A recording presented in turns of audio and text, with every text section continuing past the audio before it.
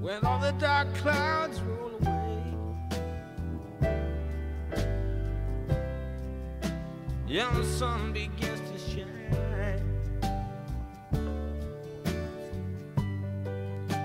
I see my freedom from across the way. Welcome back to session number 2. What I'd like to do today, like last time, is I want to go over the agenda for today first. Okay. So we're going to go over your homework assignments. We're going to go over the self-assessments that I just gave you. Mm-hmm. And then I'd like to talk a little bit about common reactions to trauma. Okay. And hopefully in that conversation you'll find that maybe you're not as alone as you were thinking you were. Okay. That's kind of one of my goals. Right. To be transparent is that you get a chance to see that we really do have a pretty good handle on what's going on here, because a lot of people experience the things you've been experiencing. Mm-hmm. And after that conversation, I'd like to talk a little bit about what we call in-vivo exposure, and really take our time with it so you have an opportunity to understand what it is and why we do it. And then I'd also like us to sort of come up with a way to talk about your anxiety and your anger. And that's called the subjective units of distress. So it's just a scale from 0 to 100. We're going to talk about that. Okay. Okay. And then at the end of session, we're going to assign some homework. How's that sound? Sounds good. Okay. Haven't done homework in a while, but Yeah, I know. It's not too much heavy on the writing, but okay. you know. So before I get started with that, is there anything you want to add to that agenda? No. Okay, great. So I see from your self-report assessments that your dreams are still bothering you. Yeah. Yeah, and your intrusive memories are still bothering you. Yeah. Mm-hmm. And that makes sense. We wouldn't expect there to be any change yet because we haven't really started the meat of the therapy sessions yet. Yeah. Right. But I also see that you're feeling a little bit better, just mood-wise this week. Yeah. I mean, I'm confident based on what you told me last time that Good. you're going to be able to help me. Good. Oh, well, I feel confident too.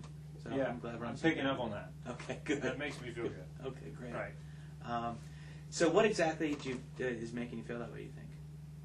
It just seems like you know what you're talking about, and I like the fact that you said that we're going to kind of take care of this in a certain amount of time, and I'm not going to have to be seeing you for the rest of my life.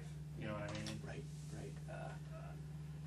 So Yeah, I like makes that it too, good. and it's good for you because you don't have to see this all the rest of your life. Yeah, I don't want to be like Tony Soprano, coming in here for like years. Right. No, not at all. So good, we're all on the same page with All that. right. So how'd your homework go, which was basically to listen to that tape? Yeah, it's kind of awkward Yeah. listening to myself, Yeah. but I did it. Okay, good. So Good. Did anything come up for you while you're listening to it? I noticed some changes in my voice Mm-hmm. when I talk about, when I said I was nervous, I noticed the change in my voice. Mm-hmm. It sounds kind of, it's a little bit humiliating. Mm-hmm. It's kind of hard to listen to. I'm going to be honest with you. I didn't particularly enjoy it. I'm going to be honest with you. Well, no, of course, I want you to be honest. Yeah. And what you're saying makes sense. It's not easy to share these things. You did a really nice job last session of being very open. We did that long trauma interview. Mm-hmm. Yeah. And in it, you, while listening to tape, you got the opportunity to hear yourself describe what it was like for you. And so that can be difficult. Yeah, and I haven't obviously never done anything like that. So Yeah. Yeah. Okay, great. I'm going to do what you say, even if I don't like it. Put it that way. Well, then we're going to get along just well. Okay, good. So I'd like to kind of move us along now. All right. Into a conversation about common reactions to trauma. Okay. All right. And I know from speaking with you last week, we really went over a lot of how you're feeling. Mm-hmm. But if you wouldn't mind, just again, because like I said, we want to take our time with these things. Tell me how do you think you've reacted to being involved in this IED blast and the multiple other firefights that you experienced? I mean, I've got I'm trained to be calm. You know what I mean? So I just don't let anything. I just focus on doing my job. So I've just been able to have this firewall where even if there's body parts everywhere, I just make sure everybody's safe, and then I make sure I'm safe. And at the time, that's how you're feeling. Yeah, that's what I have to do, Yeah. and that's why I'm sitting here right now. So. Since then, how do you think that it's impacted your life, going through those traumatic experiences? I mean, I'm proud of it, Mm-hmm. and but it just, I don't know, it seems like sometimes it seems like I didn't really do that. You know what I mean? Like it's a little bit surreal, Mm-hmm. and then I just kind of have to say I did do that, Mm-hmm. and so, but you know, I just don't really. If I'm talking with my buddies, I can talk about it a little bit, Mm-hmm. like I told you last time. But generally speaking, it's just not something I dwell on. You know. Right. And you don't dwell on purpose. No, I don't. I mean, because like I said, if I'm thinking about it, I'll try to do something Mm-hmm. to take my mind off of it. Mm-hmm. What are some of the things that brought you in here in the first place? Some of the problems you were having? I just crowds, people, people being stupid and not doing, driving like idiots. Just all this stuff just is getting to me to the point where I just try to stay home most of the time, and my wife is just giving me a hard time about it. She said something about, that I need to, try to help her out more, going to the store, and that she would like to do some more stuff, and I just been, just not really wanting to do it. And so she's giving me a hard time. And Have you been feeling close to her recently, or is it? No, not really. And I also, I don't. A lot of times I don't sleep, so I sleep on the sofa or in the guest bedroom, and I'm up all night, just kind of watching TV, and I should do anything but sleep. And if I can, I'd like to go back to because we talked a good deal about the sleeping arrangements last week. I want to know a little bit more about that. You don't go out, the crowds and the people not doing it. But is it what are you feeling when that's happening? Is it anger? Is it anxiety? Is it both? Is it? I just feel like I can't switch out of the mindset I was in country. I just and to me it seems stupid, and I'm kind of embarrassed about it.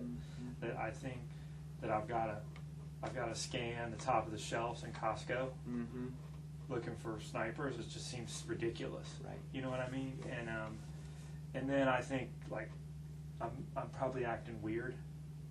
People are looking at me, and then I all of a sudden feel like I'm the center of attention. And I don't want to be that. I just want to get my groceries and go home. You know what I mean? And so it's just one of those things that kind of snowballs, And so because of that, I'm just not gonna. And this is different than how you're used to being before the war? Oh, yeah. Yeah, Of course, yeah. What other ways do you find that you're different? Well, like I told you before, I was, I never had a short temper like this. Just certain things set me off, and I just get really pissed off over nothing. You know what I mean? You can see that afterwards, but during it, you just kind of... It's like a reflex, and it's not cool, It's not for my wife, not for the kids. It's just another, just like I said to you before about being the center of attention. It's just kind of embarrassing, you know what I mean? I mean, I went over there and I did a lot of things that helped me survive, and I'm proud of that. But at the same time, like now, I'm just kind of embarrassed, and I feel like I should be more proud, Well, one of the things that we were talking about last week are the sort of the fuel that keeps PTSD going. Yeah. And I remember our conversation. I do this a lot. I was really harping on avoidance. Yeah. How avoidance is bad. Avoidance of these intrusive thoughts. Avoidance of going out in public. But we also talked about something else. Do you remember what that was? I'm sorry, I forgot. No, that's okay. That's okay. That's why we do this over and over again, right? Yeah. And that's sort of negative thoughts about yourself and how the world works. And these negative thoughts, we think, play a pretty good role into keeping your avoidance going, and that kind of keeps the PTSD alive. And so everything you're describing about feeling bad about yourself, being embarrassed, feeling a little shame, that's really, really common. And that's one of the most common things that we see with people that have survived traumas. Right. And it's to do with a lot of things. We think one of the things it's mostly due to is not being able to process that traumatic memory. And we talked a little bit about that. And we're going to be talking a lot about that as the therapy goes on. But for now, he's sitting here for me, listening to you describe the very same things that I hear veteran after veteran after veteran describe. Are these things, not feeling like you're the person you used to be, not feeling like you can be fun to be around for your family, or not lose your temper.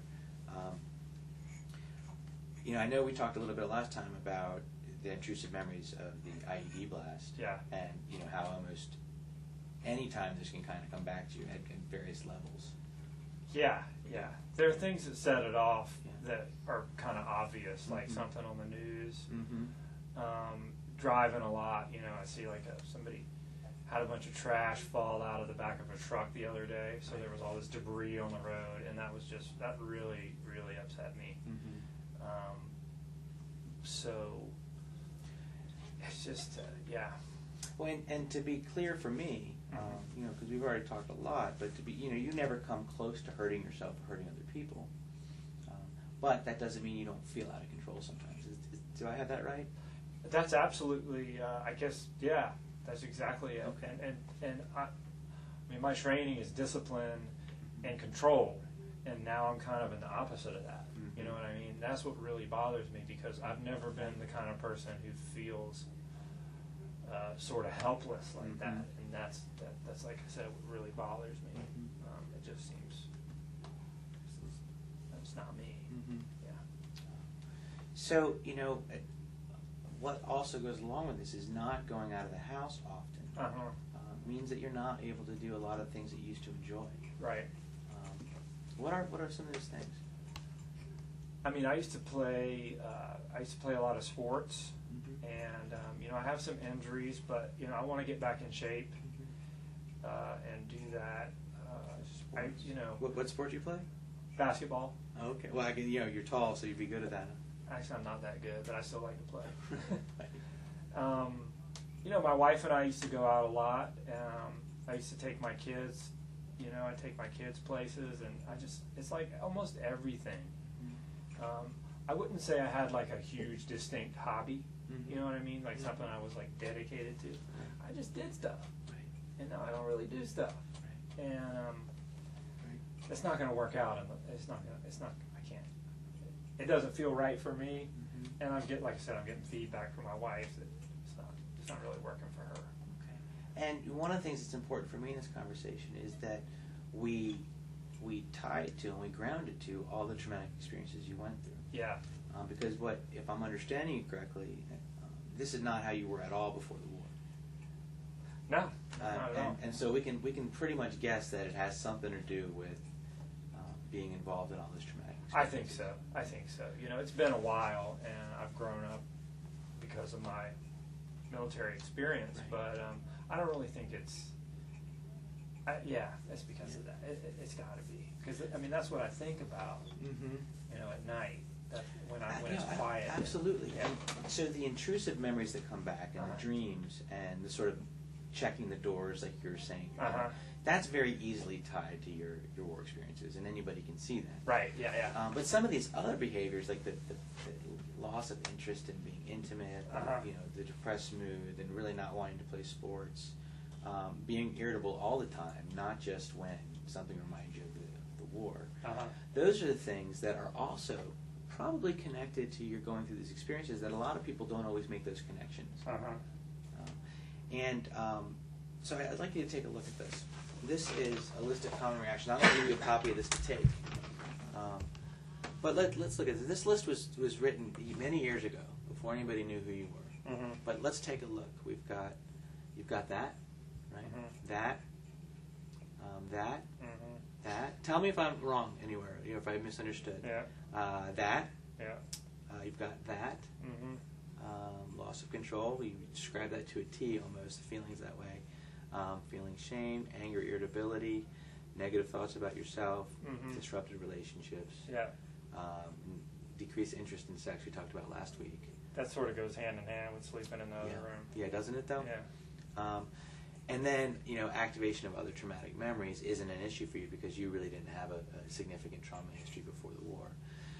But what's it like for you seeing all these things written out that kind of describes the conversation? It's pretty funny, yeah. Yeah, it looks like you just typed it out. Right, doesn't it? I mean, to be fair, I was guiding the conversation. Yeah. Okay. But all those things appear to be there for you. Yeah, absolutely.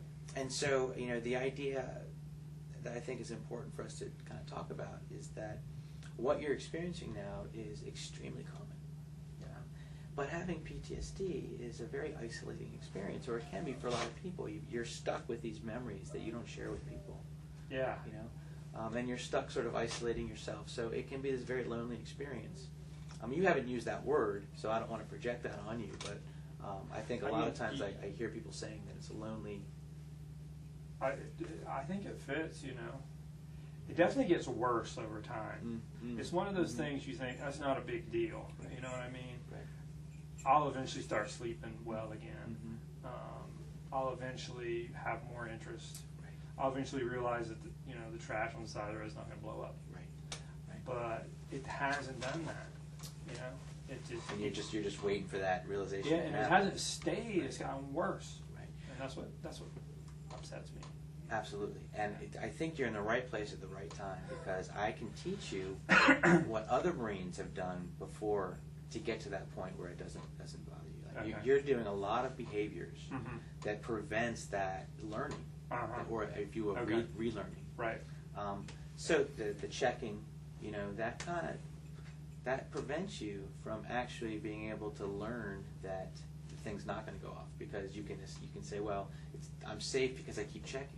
Yeah. Not I'm safe because mailboxes don't explode in this country. Right. And we're actually gonna switch and talk a little bit more about that right now. Okay. And let's use this example, because I think it's a good one. That you keep passing the mailboxes and you keep looking and waiting for them to explode. Yeah. But there's a part of you that kind of knows that that's a little bit silly. Yeah, absolutely. But that's not until after the fact. When you're in it, you're actually anxious and worried and and that sort of mismatch is something that we're going to use to our advantage, because we're going to look for the match. So we're going to pull for the part of you that knows that this isn't really the right thing to be doing. And so one way to kind of boost up that part is to get around mailboxes and not do anything different but just wait. Not check it out. Maybe slow down with your car, or even park next to a particularly suspicious looking mailbox. And just wait until that part of you that is anxious and is sort of amped up and ready to go kind of goes down, and the part of you that knows that you're safe kind of goes up. And the magical thing about it, I think it's kind of neat, is that we don't have to do anything other than just wait, and it happens. Does that make sense to you? Yeah. Is there a part of it that doesn't make sense? No, it makes sense to me. It's just hard for me to imagine. Yeah. Well, to make it a little bit easier, why don't we take an example from your life? Can you remember something in your life that used to be scary for you that isn't anymore? And you can go all the way back to child, whatever example you want. Take your time.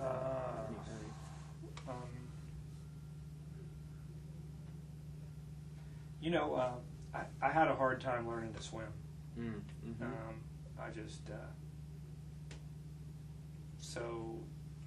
I had to take swim lessons as like an adult, because I knew when I wanted to go in the Marine Corps, I'd have to do that, and I kind of used to dog paddle. So, I know the feeling. And it's because as a kid, I just never really got it, and I had a couple deep end experiences. So is that what you're looking for? Something like well, can you swim now? Yeah. Without being anxious about it? Yeah. That's exactly what I'm talking about. Yeah. And tell me a little bit more about how you got over that anxiety.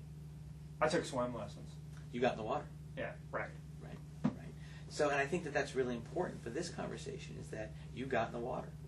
You know, Mm-hmm. it's not that you sat at home and kind of talked yourself into not being afraid of it anymore. Right. Maybe you talked yourself into taking the swim lesson. Okay, so that's what you mean by exposure.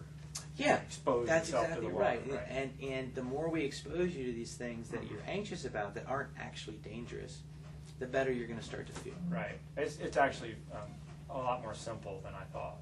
Well, it's not rocket science, Yeah. thank God for me. You know, for sure. Okay. But the other side of that is, though, you know, we don't want anybody feeling silly for avoiding things that makes us feel anxious, because that's really natural. You know, I mean, the thing is that it's very easy to avoid something that makes us feel anxious. That's what you're supposed to do, isn't it? Well, I mean, I think to a degree, if you have PTSD, that's the exact opposite of what you want to do. You know, and in Right, fact, because you're avoiding things that aren't going to harm you. that's right. I mean, they make you feel uncomfortable. Right. Yeah. Right. So you actually learned a lot from our last session. Yeah. 'Cause you're- Well, like I said, I yeah. know that these things are not going to harm me, and that's why I'm sitting here thinking, what's wrong with you? Right. Uh-huh. Right on. So we're going Right. to join up with that. Good.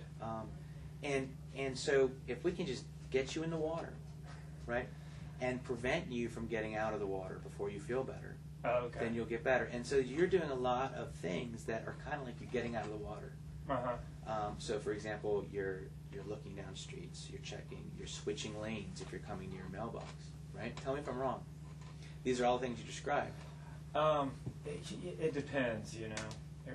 But yeah, some of that stuff. I definitely do some things that are not really, not safe and not really smart.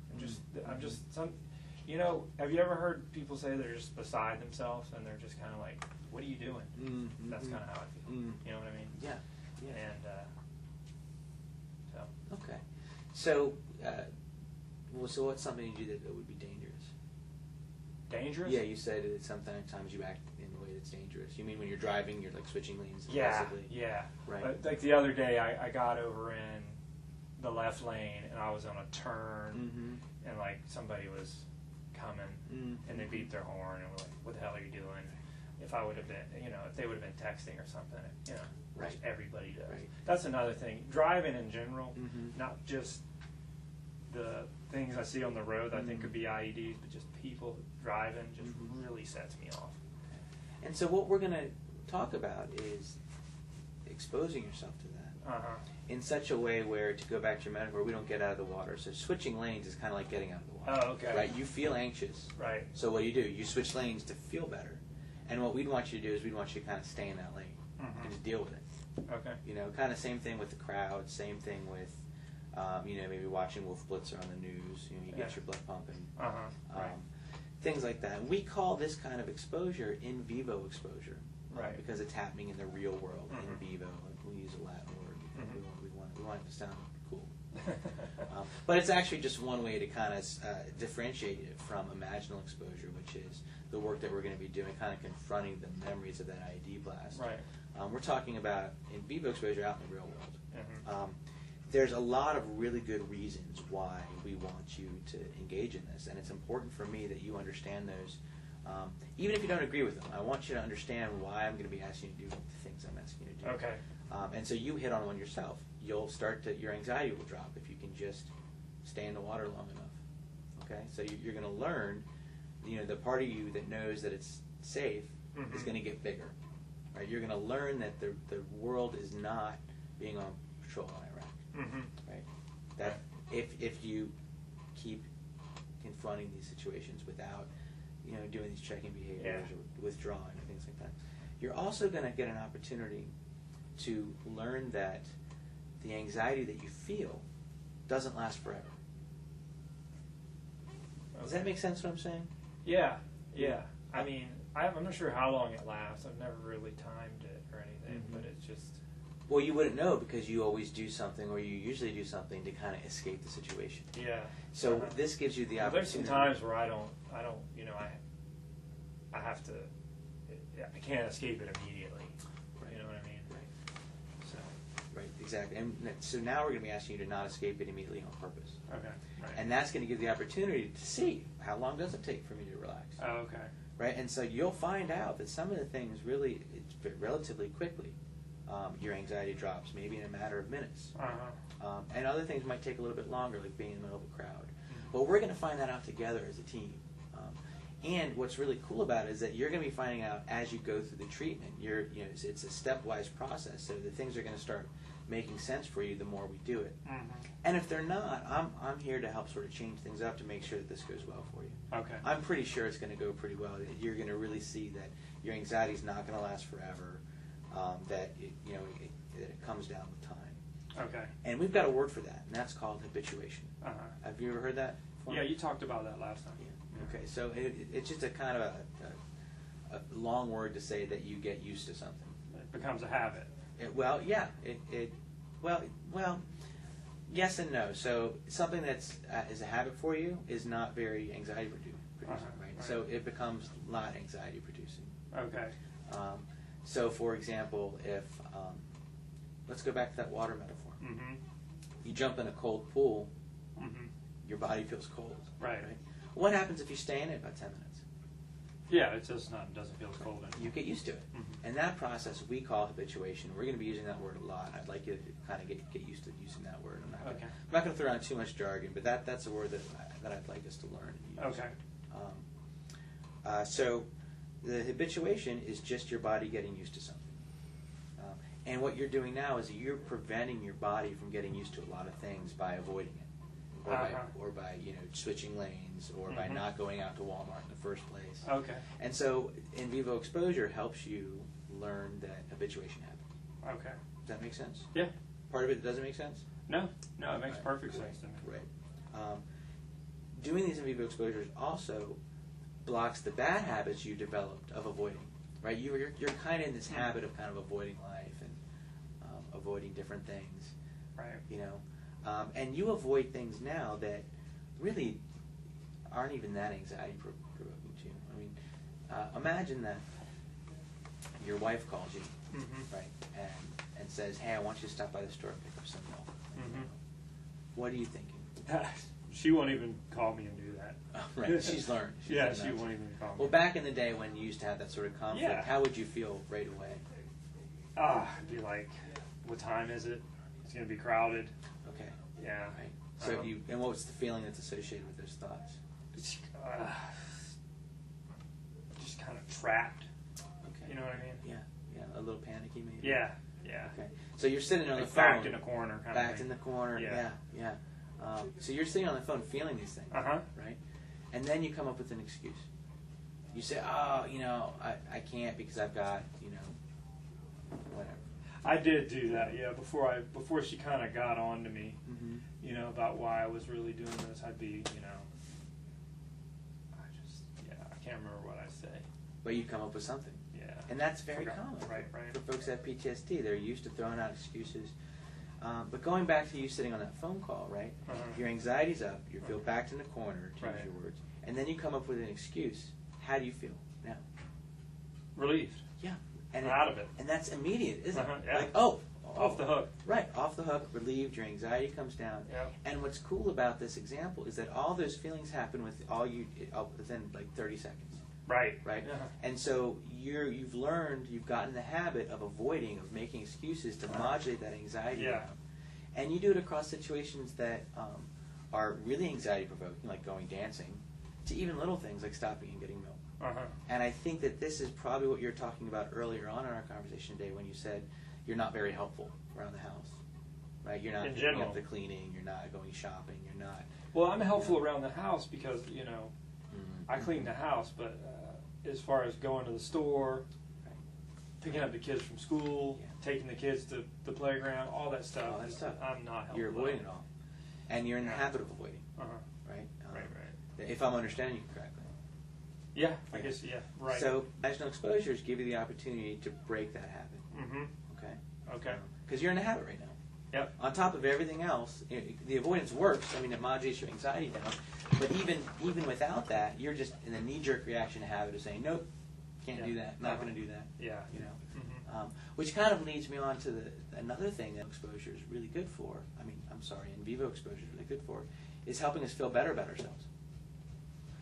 Yeah. Can you tell me a little bit about why you would agree with that right away?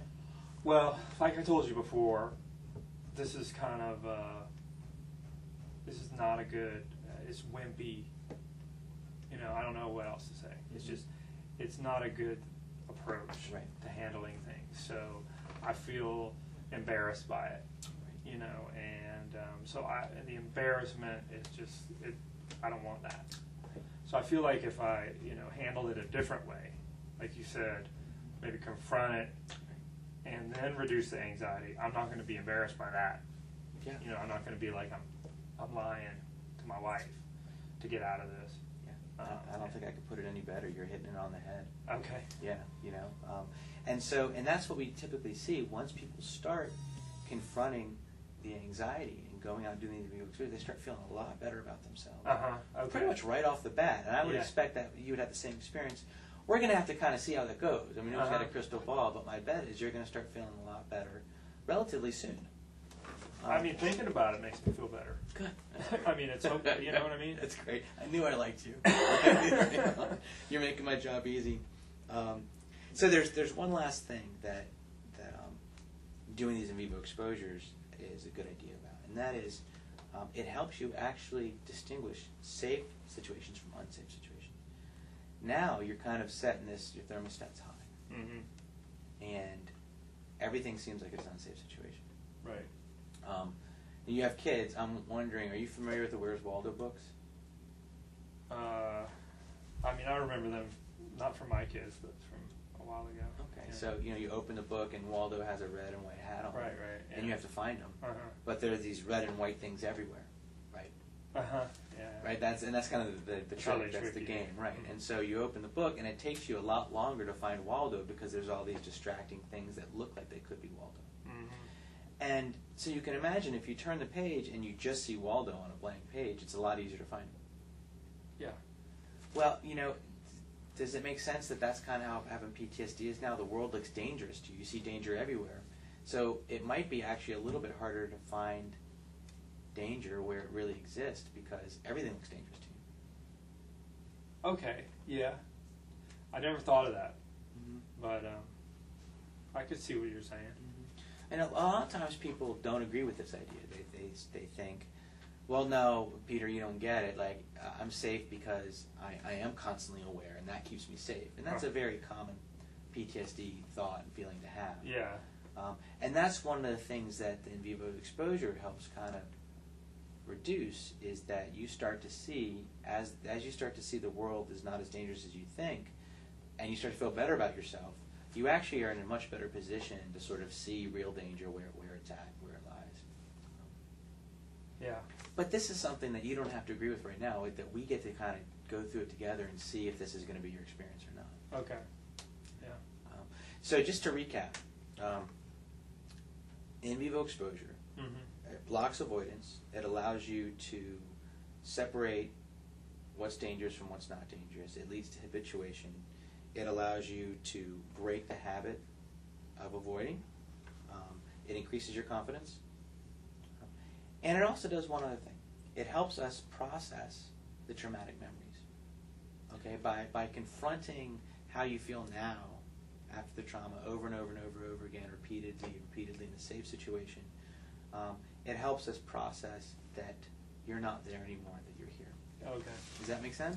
Yeah. There's a look on your face, so maybe there's something that doesn't make sense. I mean, it's just the process. The word process was a little. Mm-hmm. I mean, I think of. You're not going to change it, right? No, I mean we can't erase the memory. Right. Okay. Right. But we know we can deal with it. Okay. Right now, because of the avoidance, it's not really dealt with. Yeah. And you know, we're going to spend most of the next session basically just on that idea of what do we do with the memory and how do we do it. Okay. Okay. So, but I think that it's also important to note that how you act in the real world in vivo influences how you experience your memories. And I think the more that you can confront the avoidance in your life, the better you're going to feel in general. Okay. Does that make sense? Yeah. Okay, great. So in order for us to sort of attack these anxieties and attack the anger, the irritability, the frustration that you feel, we're going to want to be able to see our enemy, right? It's hard to fight an enemy we can't see and identify. Right? Yeah. So one way that we kind of flush out the enemy, and you and I are on one side, and your avoidance and your anxiety is on the other side, is we're going to create the scale of 0 to 100. Okay. Right? And 0 is absolutely no anxiety, and 100 is the most anxiety you ever felt. Or it doesn't have to be anxiety. It can be anger. It can be confusion. It might. Your 100 might be the ID blast. We're going to find that out. Okay. But we're going to take our time a little bit with it now today and talk about this scale. Okay. We call the scale SUDS. Coming from the military, you're used to acronyms, right? So this is subjective units of distress. Okay. Okay. And it's subjective because it's just you. You're the Okay. one that knows. It's going to be your scale. It's not going to be my scale, right? And I'm going to try to do my best to sort of not make it my scale, right? Okay. And so we're going to sort of go through this collaborative process of coming up with what these numbers mean for you. Okay. Okay. It's important to put numbers to things sometimes, and this is a situation where it's important. For an example, if I say, we do this veterans on deck thing, or if I say, hey, we're going to go sailing this Friday, and it's going to be hot, right? So dress appropriately. Well, that's meaningful to you, right? But if I say it's going to be 70 degrees, as opposed to it's going to be 95 degrees, that makes a big difference, right? Because 70 degrees is nice, 95 degrees is really, really hot. Right. So you're going to know, okay, I don't need a windbreaker for the 95 degree day. The 70 degree day, you might want the windbreaker. You might decide, heck, I don't want to go sailing if it's going to be 95 degrees. It's too hot, right? But the numbers give us that idea. I mean, I could just say it's going to be a nice day or it's going to be a warm day, but having that scale there helps. It helps more, you're saying? Well, don't you think so? Yeah, I mean, it allows me to make a better decision on my own. Right. I see. Yeah, exactly. I'm not sort of telling you what it is. I just tell you what the number is, and you can decide for yourself. So I'm not telling you that I just feel bad. Exactly. Right. And so when we put numbers to it, you get an opportunity to kind of like really pinpoint how you're feeling, and you would get an opportunity to explain to me, to communicate to me what level you're at. Okay. Okay. Anything about that doesn't make sense? No, they made me do that when I was injured. The nurse asked me my pain, 1 to 10, not 1 to 100. Okay. So great. So we're going to be using this a lot, Right. Frank, Okay. constantly, and you're going to get really, really good at this. Okay. And as you go through this treatment, if everything that we've been talking about these last 2 weeks is true, and I think it is, your SUDS are going to be coming down. You're going to be getting less and less distressed. Okay. Right? So that's the D in SUDS, distress, subjective units of distress. So because you're a moving target, we're going to want to anchor these SUDS scales, right? We're going to make sure that we know what a 0 is, and we know what a 100 is, and we know what a 50 is, and those points aren't going to move. Okay. Okay? They're just going to stay there. Right. So right now, why don't we go ahead and think about a time in your life, one specific moment in time where you felt absolutely no distress. It doesn't have to be necessarily that you felt happy or you felt joyful, but just completely relaxed.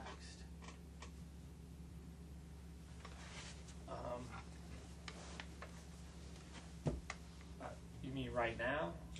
Sometime Before I was deployed? Probably before you were deployed would be better, because you're telling me that you haven't really felt that relaxed since you've been back. So if we're going to go for Well, I do if I'm sitting at home, by myself in the middle of the day.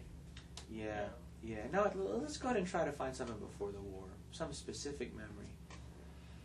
Okay. I'd probably say also at home, just watching a good movie with my wife. Can you remember one specific time? Yeah. I mean, that's kind of like where I want to go back to. You know what I mean? Yeah. So. Tell me a little bit about that. Just watching some stupid movie. Yeah, what movie was it? I think the most enjoyment I get is out of like a comedy. So it was probably, I can't think of it.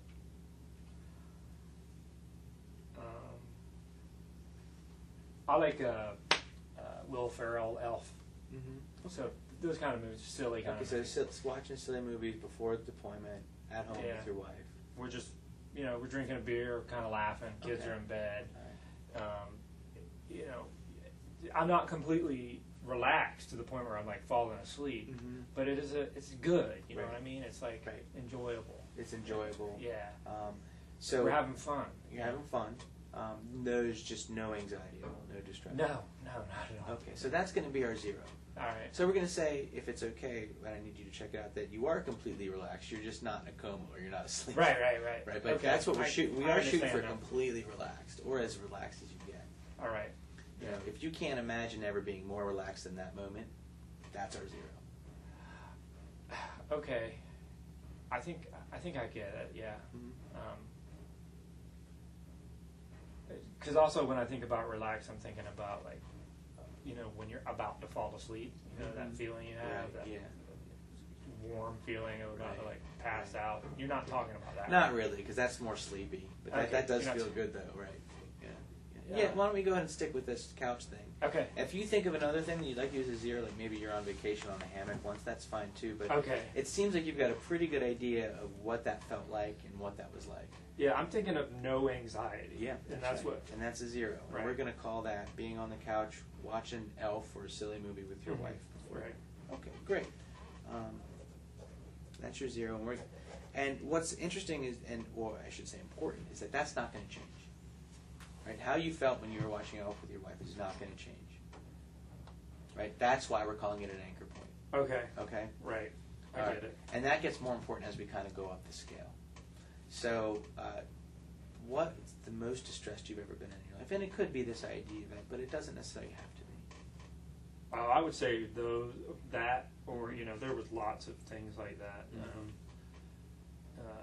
During the deployment, just every day was very distressful. Very, very, very distressful. I mean, but that one in particular was bad because we lost a lot of people, and I lost some people who were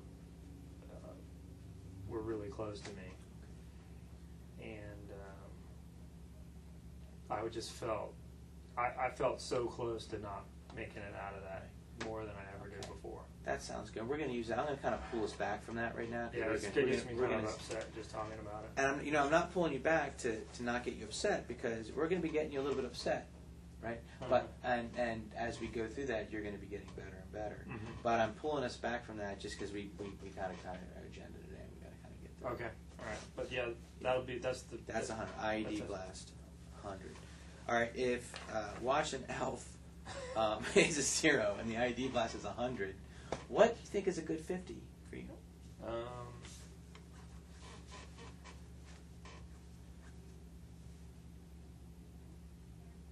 I would say, you know, doing the things I do now, or doing the things I try to do now that I don't do, might be a 50. Like going to the Walmart.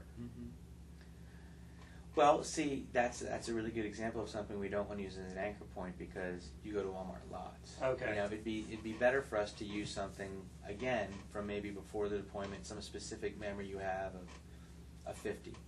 You know.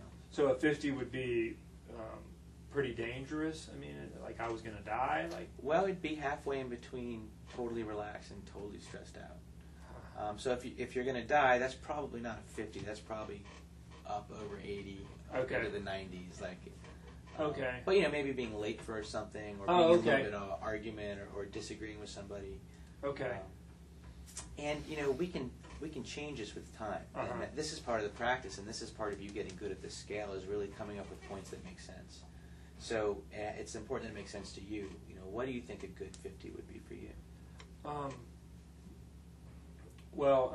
When I was trying to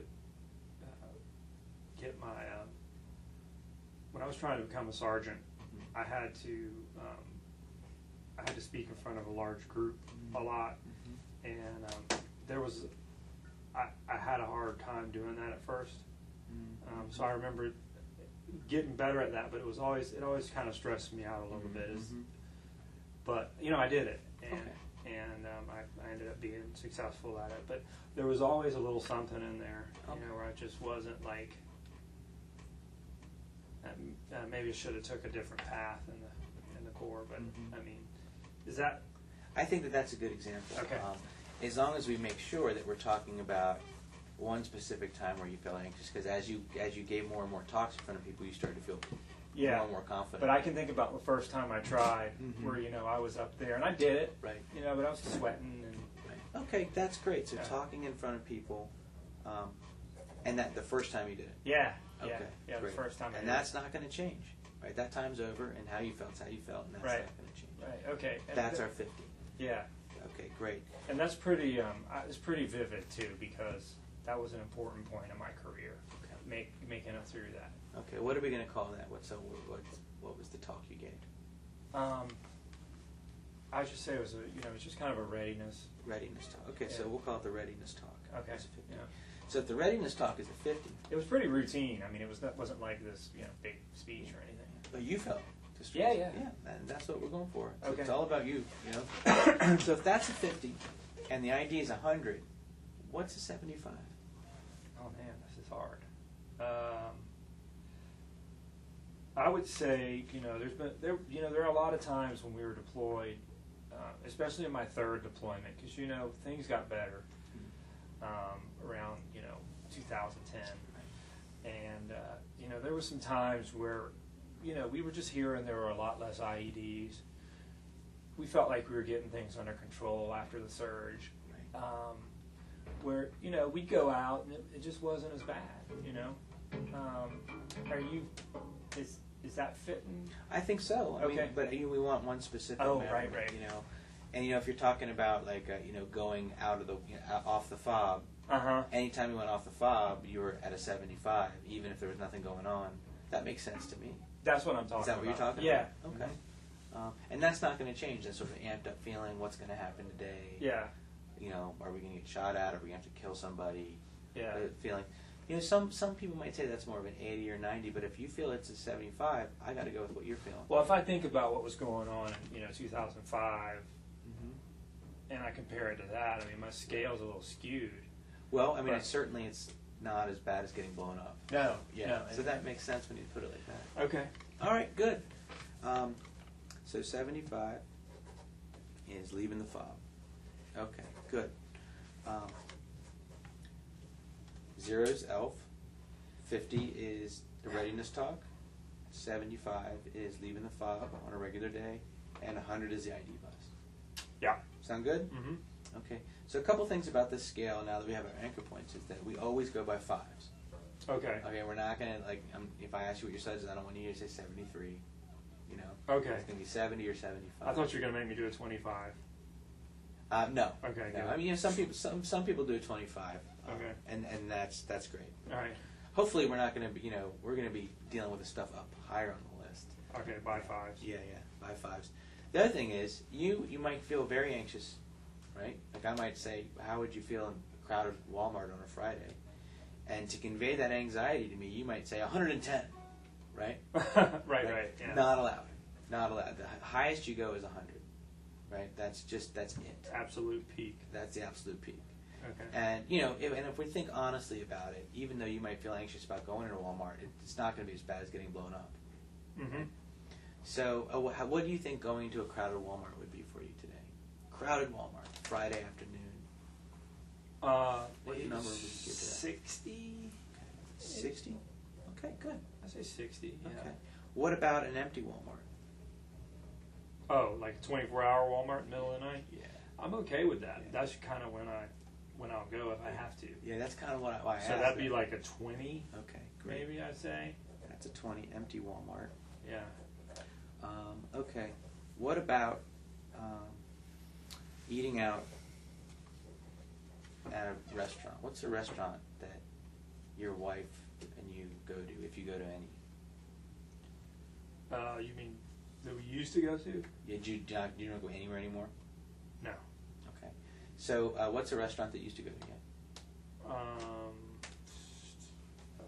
Smoky Pig. Smoky Pig. Okay. So what if you walked into Smoky Pig doing a lunch rush? What would that be right now, today? That'd be like a 62. That'd be a 60. Okay. Smoky Pig.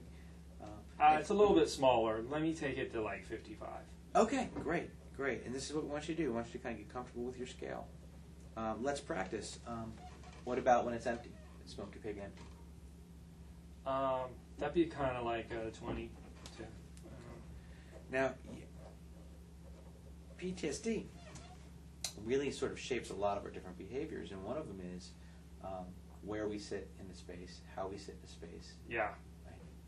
So let's go back to this example of Smoky Pig, and it's crowded, and you're sitting with your back to the door. I'm not going to do that. Right. Yeah, so you're saying I'd be so anxious I wouldn't even do it. No, I'm not going to. And I get that. You're not. But let's just practice with the scale. If you were to do that today, what would your number be? What would your SUDS be? It'd be like a 85, 90. It might be a 90. 85. That's just. I'm not going to do that. 85. What do you think? 85 or 90? What do you think? I'm gonna say 90. Okay. I'm not sitting with my back to the door. You're not going to. I'm not going to do it here. I'm not going to do it anywhere. Okay. Okay. So this is the road that we're going to walk down together, right? Okay. Right. And so. What do you mean? You're going to make me sit with my back to the door? I'm not going to make you do anything, Frank. Okay. But you're going to do it of your own volition. Okay. And what you're going to find is that as we go through the steps of this treatment, that it's going to be easier for you by the time you get there. Okay. So we're going to start very easy, right? We're going to start. I want to say very easy. We want to challenge you a little bit. Mm-hmm. I mean, you are a Marine, right? So Right. I'm going to push you, right? Okay. Your job, it's make no mistake about it. Your job is to push back on me. Okay. Right? And I'm going to listen to you. I mean, you're in control of this process. You're the driver. Mm-hmm. But man, I'm the navigator. Okay. Okay, and I've been through this terrain. I know it. I know how to get you to the other side. Mm-hmm. And part of getting to the other side is getting you eventually to the place where you can go into any restaurant you goddamn want to go into Mm-hmm. at any time of the day and Mhm. sit anywhere you want and feel like you felt before the war. Okay. That's my goal, man. Is to get you feeling the way you felt before. Okay. I totally understand if it's difficult for you to kind of imagine that right now, right? And so you don't have to kind of imagine that. Right now, I just want you to understand the kind of principles of how we would get you there. Okay. Are you cool with that? Yeah. All right, great. And eventually, the proof's in the pudding. So we're going to be able to figure this out together as we go. Okay. Okay. Like it's a bad idea for me to tell you to go to Smoky Pig today and put your back to the wall because you don't have any practice with this. Right. We might want to start with a Smoky Pig when it's a little bit emptier. More. When it's more in the 20s or 30s or 40s. Okay. Or maybe at lunchtime. When it's maybe in the 40s. So let's say let's choose a place where you can see the door, you can see everything. Can you imagine doing that? Yeah. Okay, great. All right, great. All right, so let's go ahead and keep practicing. Okay. All right? What would watching? I know you say you don't watch the news. What would watching the news be? You mean like the national, like with the Mm-hmm. war reporting type Yeah. stuff? Yeah. What I mean, would you like do? I said, I'll turn the channel, Yeah. but like a 70. Okay. No. Let me reel that in. Let me say more like a 60. Okay. All right. Good. All right. Now I'm going to fire some things at you real quickly. Crowded movie theater. 70. 70. Okay. Empty movie theater. 20. Okay. Good. Okay. What about some things that your wife was wanting to do, but she's just kind of stopped asking you about because she knows better? What does she enjoy doing that you just don't do anymore? She likes to go see live music. Okay. When was the last time you did that? I can't remember. Right. It's been a while. Yeah. Did you used to enjoy that too? Yeah. Yeah. All right. So we've got the music farm down here. Is that a place you used to go to? Uh-huh. Okay. So what would going to the music farm be on a Friday night? You mean like a crowded? Yeah. Yeah. That's like an 80. Okay. Yeah. Okay. All right. Now, what would go into sort of like a smaller cafe? We've got several Uh-huh. coffee houses that have live music. I mean like, if it was crowded, I mean if it was full, even with like 30 people or so, Yeah.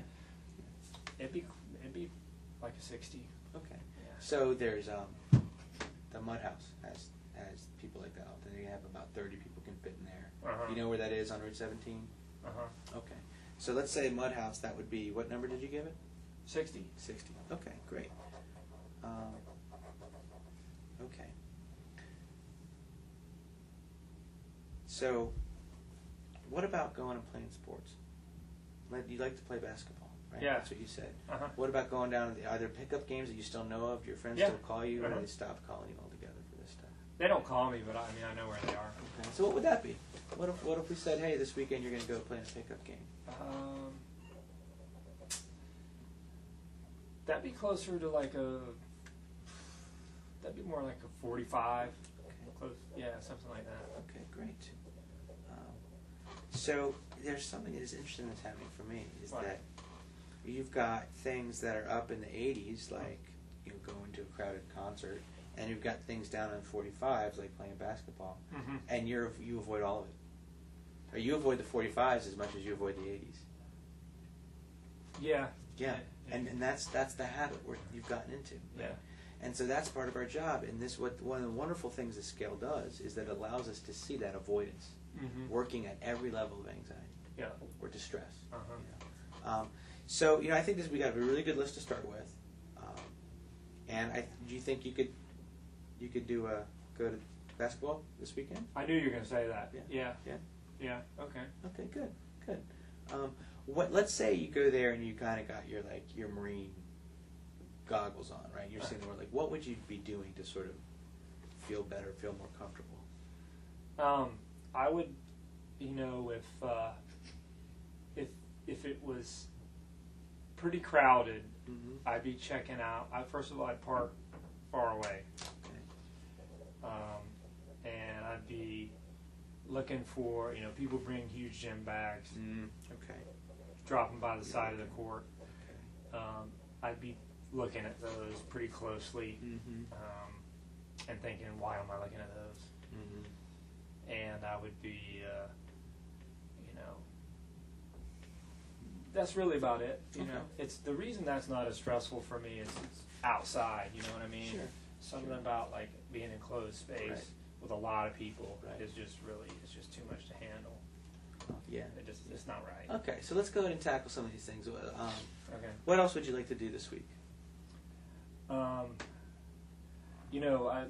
My wife. I'd like to get my wife sort of off my back a little bit about some things she wants to do. Okay. So, I could go to a movie if it's been out a while, Okay. and it's not going to be like opening night. Okay. Go in the middle of the day Okay. where, All right. What Something number like- would that be for you? What would your SUDS be? I can't remember what I said for, you asked me about an empty movie theater. Yeah. 30? That's what I said. Well, that's that's something I very can- close to what you said before. Okay. You said 20 before, right? So, but that's close, Yeah, okay. right? And we're practicing. That's what we're doing. We're just Right. practicing. So, what's a movie that you could see this week? I'd have to look, because like I said, I just don't even bother looking anymore. Okay. But I know from my past experience that if something's been out a while, Okay. when you go to a matinee, there's going to be just maybe one or two people in there. Okay. So, So I could deal with that. I want you to do that. Okay. And when you're there, I don't want you to pick the easiest seat. Try to pick a harder seat. Okay. Okay. And if you can tell that I'm being very specific, right? I'm being very what movie, where are you going to sit, things like Yeah. that. And that's how we're successful with these things. That's how other Marines have gone before you have gotten successful. Uh-huh. You were saying earlier, why aren't I feeling better? I'm always doing these things. Uh-huh. If we get very specific about how you do them, you're going to start feeling better. So if you go to the movie on purpose, right, and choose, can you sit in the middle? Huh? If you sit right in the middle of the movie theater, what would that be? How would that raise your SUDS, if it would? I mean, I'm going to be thinking about the door. And some movie theaters have doors on both sides. Some have them on one side. So if I'm in the middle in a movie theater with doors on both sides, that's a good point of view for me. Okay, what's a harder point of view? Kind of like right on the edge where people's they'll just come around the corner. You know what I mean? Yeah, And you I can't. totally get that. So what would your SUDS be sitting there? That'd be, even if it was empty. Yeah. That'd be kind of high. That'd be close to like 50. 50. Okay. Yeah. So 50 is kind of high, but it's not any worse than giving that readiness talk, and you've Yeah. done that. Right. Okay. Okay. So can you agree to do that? it seems kind of silly. I mean, if the theater's empty, why do I want to sit over on the side? It does. And here's the thing. When you don't have PTSD anymore, you can sit where the hell you want. Okay. Okay. This isn't really about enjoying the movie. It's about doing our mission. I see. Right. All right. And I'm going to be Sorry. asking you to do a lot of. No, apologies. It's a good question. You know, All why right. would I want to pick a bad seat? And you know, if you want, if your wife gives you a hard time, you can move a couple seats over. Uh-huh. I just don't want you to pick the easiest seat. Don't get in the habit of scanning around and picking the easiest thing. Okay. Okay. Just kind Same of force thing. me into it. Yeah. Same thing with the basketball. Okay. Park close. Don't do that behavior where you park far away. Uh-huh. Try not to look around for bags. Right? Okay. Try to be focused on the game. These are just things I want you to start paying attention to that you're doing. Uh-huh. It's very difficult to say don't look, right? Uh-huh. So you don't have to beat yourself up for looking, but I'd like you to try to be present at the basketball game. Mm-hmm. Okay, and so because there's rules for these in vivos, and, Mm-hmm. and as you've surmounted, one of the rules is that we're going to be very specific about our in vivo missions. Another rule is we don't want you choosing the easy way out. Okay, we're there to do the hard thing. Okay. All right. Another rule is we want you to stay in these situations 45 minutes to an hour to give yourself time to come to. Remember, we said you'd habituate. Uh-huh. We want to give you time for that to happen. Okay. So if I give you, I'm not going to tell you to go to Walmart right now because that's like 75, and unless you want to go. Not really. Okay. So, but if I tell you to go to Walmart, I'm not going to tell you to go in for 5 minutes and come out because you'll be anxious the whole time. Does that make sense? Yeah. You'll be anxious, and then you get all your crap, and then where's the short line, and then I'm out of there. It doesn't give your body enough time. And that's not how you get better. Okay.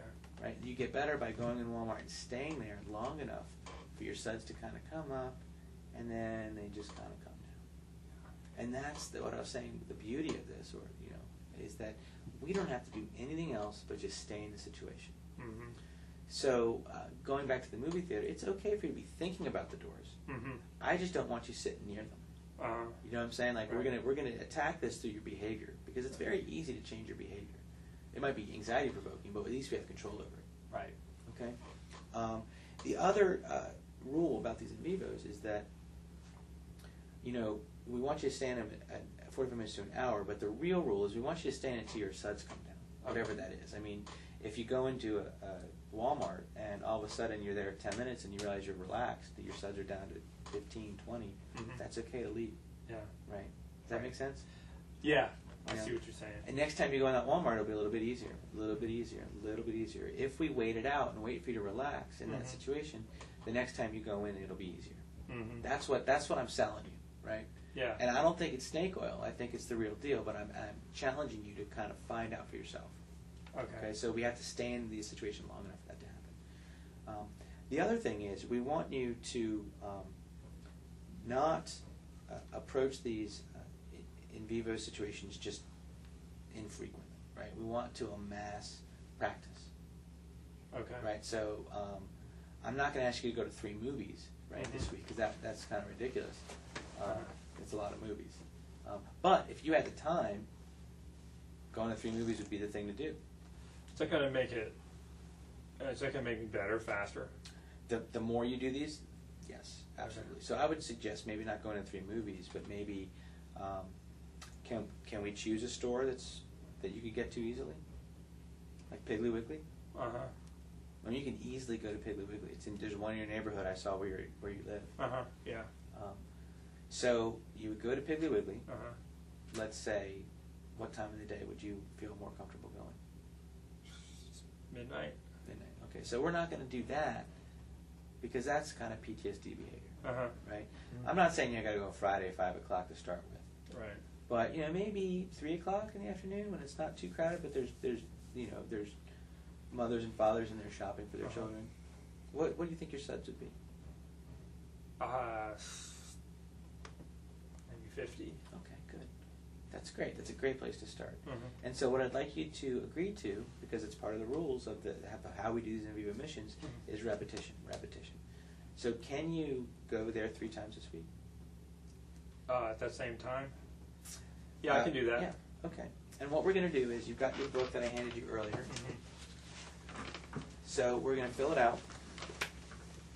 And we're going to say Piggly Wiggly. All right, and what day do you want to go the first day? I can go tomorrow. Okay. So tomorrow's Tuesday. Mm-hmm. What time? 3. 3 o'clock. Okay. And then when do you want to go again? I'm sorry, that announcement distracted me.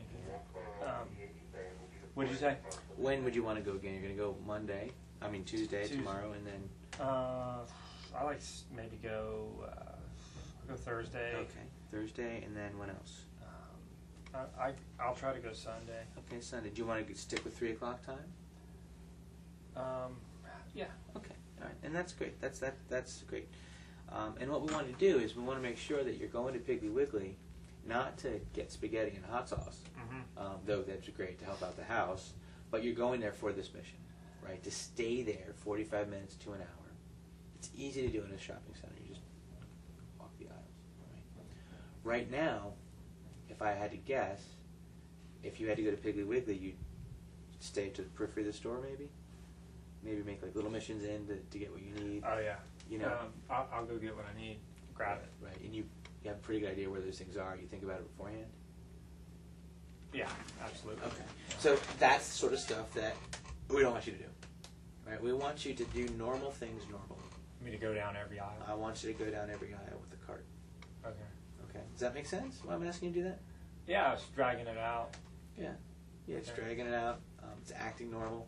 Right? Uh-huh. It's okay if you're thinking. Think whatever you want, because we're not that great at control of what we think. But you're in control of what you do. So I don't want you clearing I don't want you triangling every angle, you know. Like you're scoping it off, right? Just be normal. Okay. All right. And you'll see here, I'd like you to kind of keep this book with you. It fits in your back pocket. You can keep it in your glove compartment. And write down your SUDS before you go in. And then when you get back to the car, write down what you think your peak SUDS are and what your SUDS are post afterwards. Okay. All right, and that's the same scale, 0 to 100. Yeah. Right? And I'm going to write down your anchor points here so that you have those. Okay. So we got 3 Piggly Wigglies. We got a basketball game. When are you going to go do that? Saturday. Saturday. Okay. And we want to plan for that, so maybe you want to call some buddies beforehand? Yeah, all right. Okay, great. When are you going to call them? I'll probably call them Thursday or Friday. Okay. So do you feel me pushing on you? Yeah. Okay, does it feel okay? I mean, I need it. I know I need it. All right. It feels a little weird, but Yeah. in the back of my head, I know I need it. That's why I'm here. Okay, All good. And I'm giving you, let me know All right. if you want to push back. Okay. No. Because the one thing that's important is it's extreme, and I can't say how important this is. It's really important that we follow through with what we say. So if you're thinking now, I don't want to do that, I'm not going to do it. Let's just put down what's realistic. Okay. All right. Now, I guess I'm going to push you, but I also need to know what's realistic because I don't want you to come in next week and say I didn't do it. Well, as far as the Piggly Wiggly trips go, I mean, if I do it the first time and it's more stressful than I anticipate. If it goes bad, I'm not sure if I'll do it again. Okay. Do it the 2 other times. Well, you know what? Let's cross that bridge when we get there. Okay. And you know what? We can set up a phone call and we can talk after the first one. Okay. Right? If you're following the directions, right, it should go pretty easily. You'll go into Piggly Wiggly, and I would guess, nobody's got a crystal ball, but I guess your anxiety would be high. But after about an hour, what would happen? You're saying it'll go down, but I've never done this, so Yeah, I'm just going to have to take your word for it. Yeah, well, yeah, take my word for it and be a little scientist yourself, see what happens. You can imagine becoming bored of Piggly Wiggly if you were in there 8 hours, can't you? I used to work in a grocery store when I was in high school, so yeah. So yeah, okay. So that's basically all we're talking about, is you stay in there long enough to get bored of it. Okay. All right? All right. Okay. Yeah. And that might happen after 10 minutes, it might happen after 40 minutes, it might happen after 2 hours, right? I doubt you can stay anxious for 2 hours in a Piggly Wiggly out of 3 o'clock, right? But I don't. That's what we're going to find out. I don't see Dan anxious.